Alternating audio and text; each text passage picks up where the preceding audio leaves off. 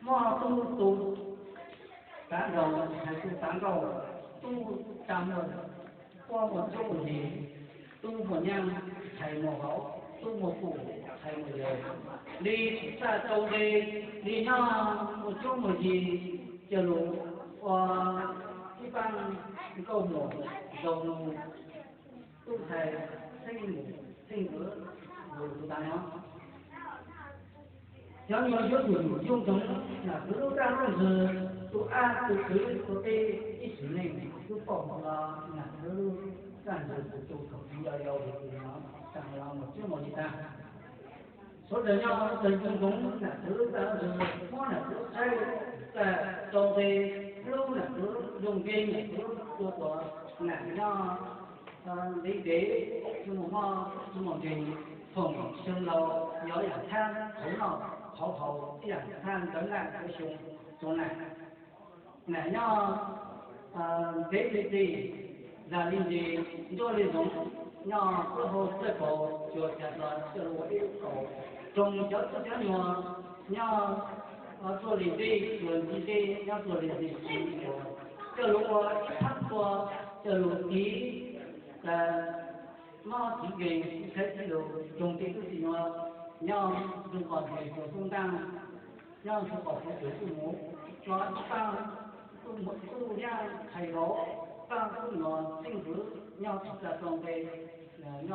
用的补剂补着。有嘞，有的是就说那个非常非直下了路高，非到不非都感知，不是说应当上嘛，说不是就非常要。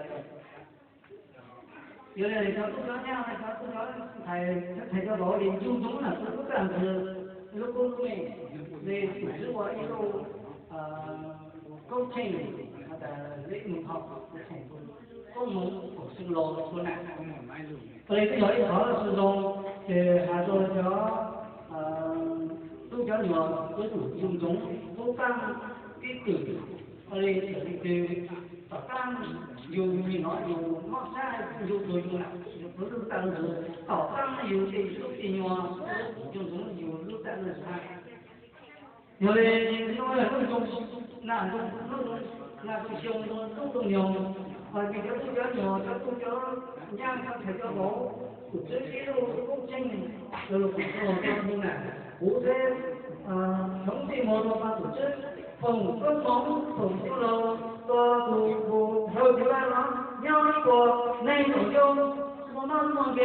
或者说一讲过来，他人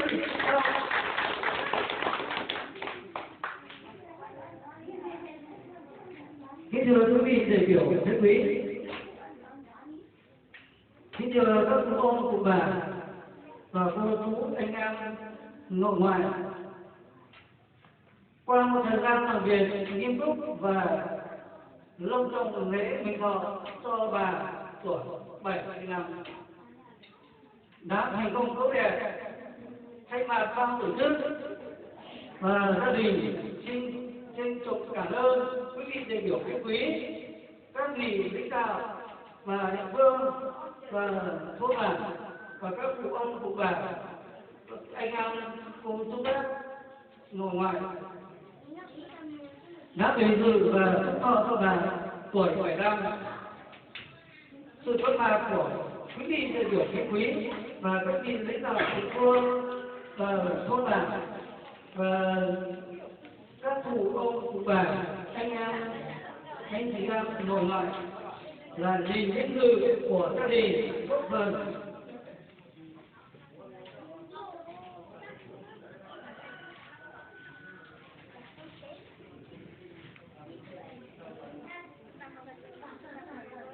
phần long trọng vào buổi lễ trùng thọ là nguồn chia sẻ cổ vũ động viên to lớn về tinh thần dành cho bà và gia đình.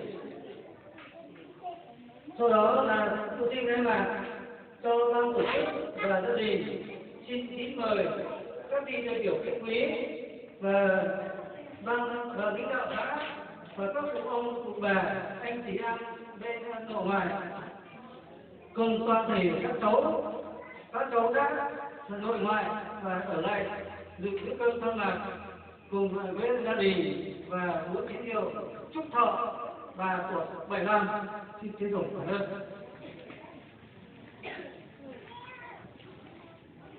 Số nhớ tôi phát đồ cái sau đó tôi phù các phát hiện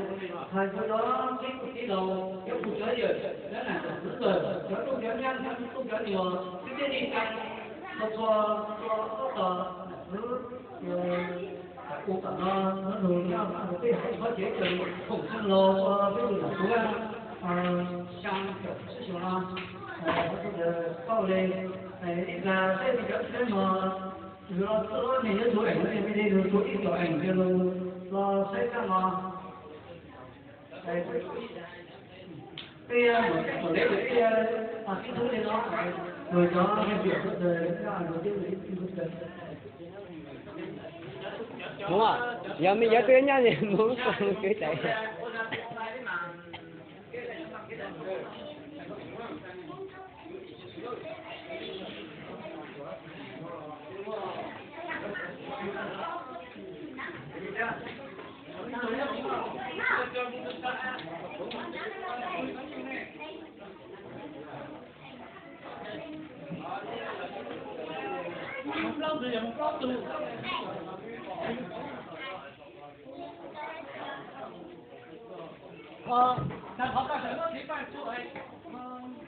Chúa tôi tiếp ba chúa đâu còn giờ chú này. Giờ tôi tiếp bao.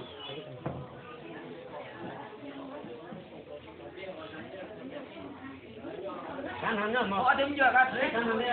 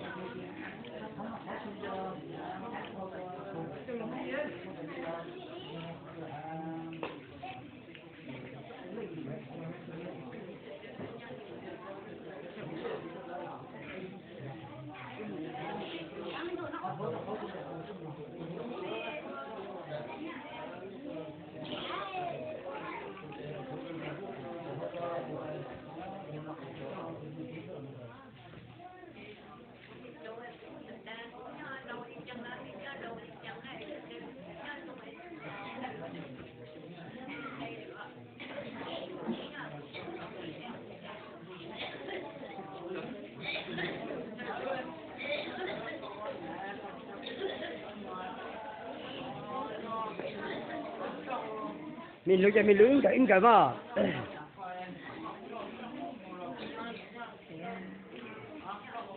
Mình chúng ta mình lưỡng cái mà.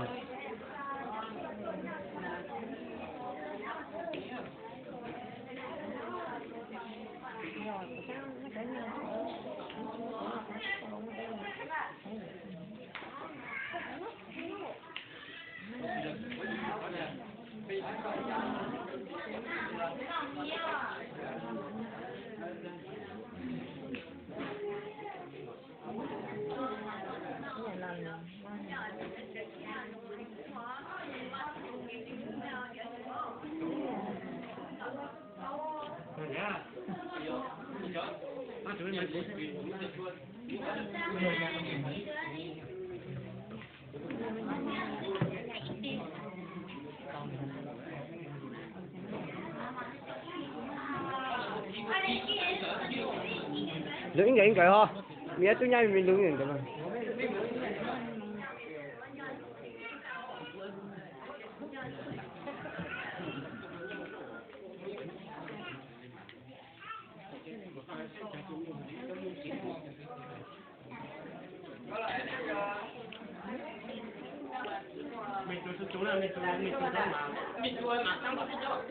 Lên mà, tí nữa thì con. Số phải trả Sài Gòn tập ra, mình cứ cho mà chúng mình nhắc đó, cho ảnh đó. Tôi áp cái kiểu mà cái chân được cũng mình mà từng số rồi từng số tí kia.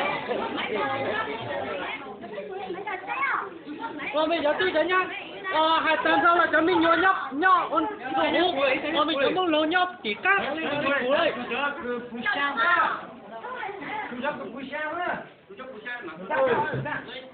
chấm nhiều nhất phải là tụi ta nó đó tu của cha ta cái đó tụi ta tu làm cái gì của lấy họ họ một mà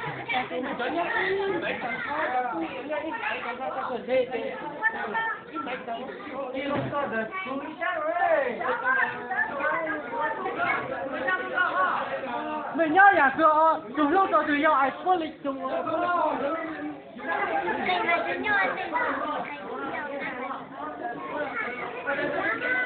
cái quay lúc chưa